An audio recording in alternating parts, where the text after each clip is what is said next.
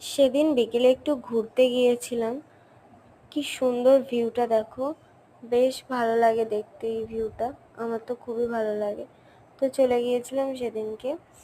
আর যতগুলো গঙ্গার ধার আছে আমাদের এখানে, সব থেকে আমার এই জায়গাটাই যেতে বেশি ভালো লাগে, কারণ এই জায়গাটা আমার বেশি পছন্দের। অনেকেই এখানে যায়, এটা বেশ ভাইরাল, কালো বস্তা নামেও পরিচিত। আর এখানে আমি একটুখানি হাওয়া খাচ্ছিলাম গঙ্গার ধারে। আর এখানে বেশ অনেক নৌকা মাঝিরা পাড়ের প্রায় জলের মধ্যেই বেঁধে রাখে, সবাই উঠে উঠে বসে, তো আমিও এখানে উঠে বসে পড়েছিলাম।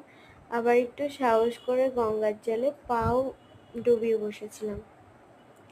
ভয়ও লাগছিল কিন্তু বেশ বসেছিলাম। আর তারপরে দুটো আইসক্রিম নিয়ে নিয়েছিলাম, পাঞ্জাবি কুলফি আর বোম্বে কুলফি আমুলের। খেতে খুব ভালো ছিল।